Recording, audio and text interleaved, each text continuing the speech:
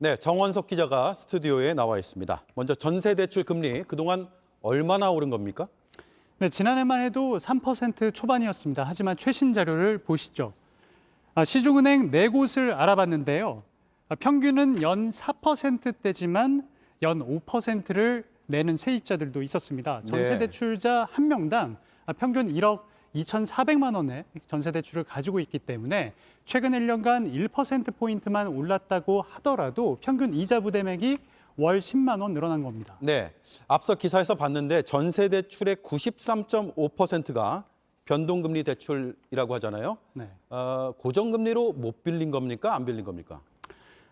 안 빌렸다고 볼 수 있을 것 같습니다. 일단 연소득이 낮은 서민층을 위한 상품을 빼면 사실 고정금리 상품 자체가 별로 없습니다. 왜 그런지 은행들에게 물어보니까 지난해까지는 금리가 워낙 쌌기 때문에 소비자들이 변동금리를 택하는 바람에 고정금리를 상품을 내놓을 필요성을 못 느꼈다. 이렇게 답합니다.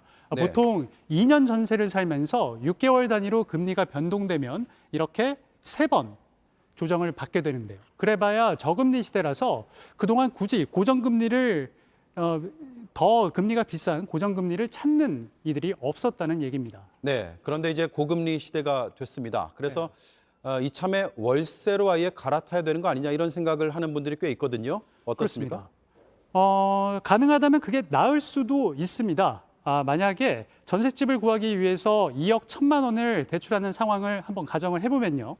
이게 금리가 만약에 5.5%까지 오른다 이렇게 가정을 하면 이자만 1년에 1,155만 원입니다. 예. 하지만 보통 시세로 볼 때 이러한 집들은 보증금 1,000만 원에 월세 90만 원 정도면 빌릴 수 있기 때문에 연간 월세가 1,080만 원으로 오히려 돈을 아끼는 셈이 됩니다. 다만 이렇게 월세를 선호하는 세입자들이 늘면 월세가 더 오를 수 있고 실제로도 오르고 있습니다. 네. 자, 그리고 전세 대출자 10명 중 6명이 20대, 30대라고 하는데 이들을 위해서 정부가 도와줄 방법이 있습니까? 고정금리 대출을 늘려주면 됩니다.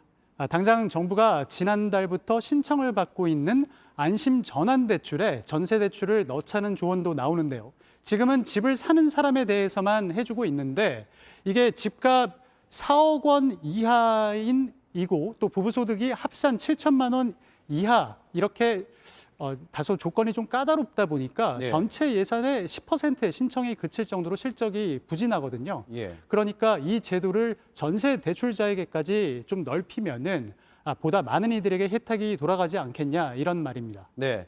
전세는 곧 생계고요. 그리고 금리 인상은 생계 위기일 수도 있습니다. 정부가 귀 기울여야 할 부분이 많은 것 같습니다. 잘 들었습니다.